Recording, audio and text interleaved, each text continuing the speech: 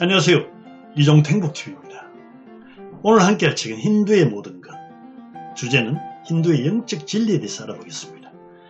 이종택북TV는 고르고 고른 책을 엑스만 뽑아서 재밌게 전해드리는 채널입니다. 힌두의 모든 것.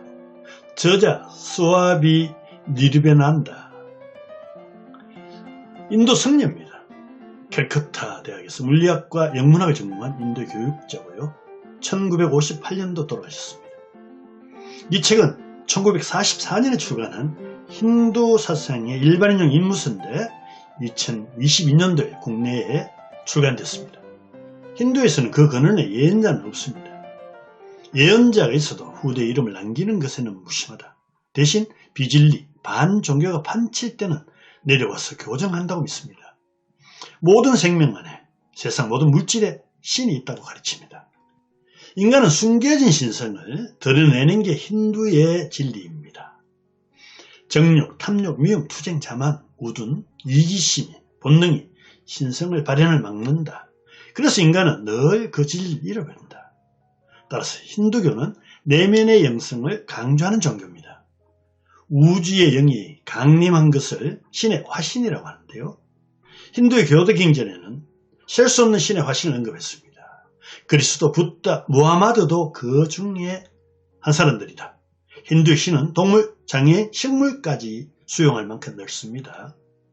힌두 신전에는 무수한 신이 있지만 최고의 신은 하나입니다. 변화 없고 영원하며 무한하고 자유롭고 인간의 감각으로 이해할 수 없다. 신의 모습은 아무도 말할 수도 생각할 수도 없다고 합니다. 어떤 형태나 속성을 제한할 수 없는 초월자라고 합니다. 힌두의 창조신 브라흐마는요, 우주의 최고 주인이라고 한다. 아버지, 어머니, 창조자, 인명자이며 인격신이라고 부른다. 변하는 것과 변하지 않는 것 모두를 초월한다. 힌두의 경배는 그를 경배하고 그만을 경배하는 것이다. 힌두의 신상은 옷과 같이 많지만은 옷 안에 신은 늘 같다고 믿습니다. 힌두 경전에는 신은 하나요, 하나뿐이지만 여럿으로 나타난다. 절대적인 형상은 없으나 수많은 형상으로 나타난다. 그래서 힌두는 알라, 부처, 예수, 다른 형태의 신을 대체 가능한 이름으로 받아들인다. 힌두가 여러 분파로 나눠진 것은 자유로운 교리 때문입니다. 하지만 어떤 교리도 자기 관점이 유일함을 주장하지 않습니다. 신의 정의와 가장 큰 진리는 마음과 말로 표현하지 못한다. 이런 교리가 교파 간의 정오, 질투, 분쟁을 막고 있습니다. 힌두교 우화 중에 소경과 코끼리 이야기겠습니다. 소경이 다리를 만지면 기둥 같다. 소경비 코를 만지면 몽둥이 같다. 배를 만지면 큰 항아리 같다. 귀를 만지면 큰 풍구 같다. 예, 한 면만 갖고 서로 싸우는 게 참 많죠. 세상의 종교의 고집을 비유합니다. 카멜론 색, 힌두의 우화인데요. 손님 A가 카멜론 색이 빨간색 맞죠? 농부, 예, 맞습니다. 아니죠, 분명히 저건 파랑이죠. 예, 맞습니다. 파랑입니다. 카멜론 색이 변하는 걸 알기에 모두 맞다고 했습니다. 이 비유가 어째서 힌두가 무수한 신을 숭배하는지 설명한다. 힌두의 신은 3억 3천 개라고 합니다. 인간은 자기가 본 것만 신으로 믿으려고 하나 신은 여러 모양을 지니고 있다. 누구도 신의 모양을 알지 못하고 알 수도 없다. 어느 것을 경배하든 같은 신을 경배하는 원리다. 씨앗이 큰 나무로 드러나는 것은요, 씨앗 속에 에너지가 있기 때문입니다. 드러나지 않는 원인 상태로 씨앗 속에 있었던 것이죠. 수면 중의 생각, 욕망은 잠재적 상태의 에너지입니다. 원인 상태에서 잠이 깨면 다시 모습을 드러냅니다. 힌두 경전에는 늘 깨어있으라고 강조합니다. 인간의 수면도 외부 세계 소나기에서 잠시 벗어나게 하는 짧은 죽음과 같다. 우주의 무한 에너지로 돌아가는 게 죽음이다. 우주의 위대함으로 다음 생을 강조하고 있습니다. 피조물은 의식과의 접촉을 통해서만 살아있는 존재가 된다. 쇠, 불을 넣으면 뜨겁고 빨갛게 되어 열과 빛을 방사하고 마치 불 자체로 보입니다. 마찬가지로 마음, 육체도 의식과 닿아야 살아있는 것이다.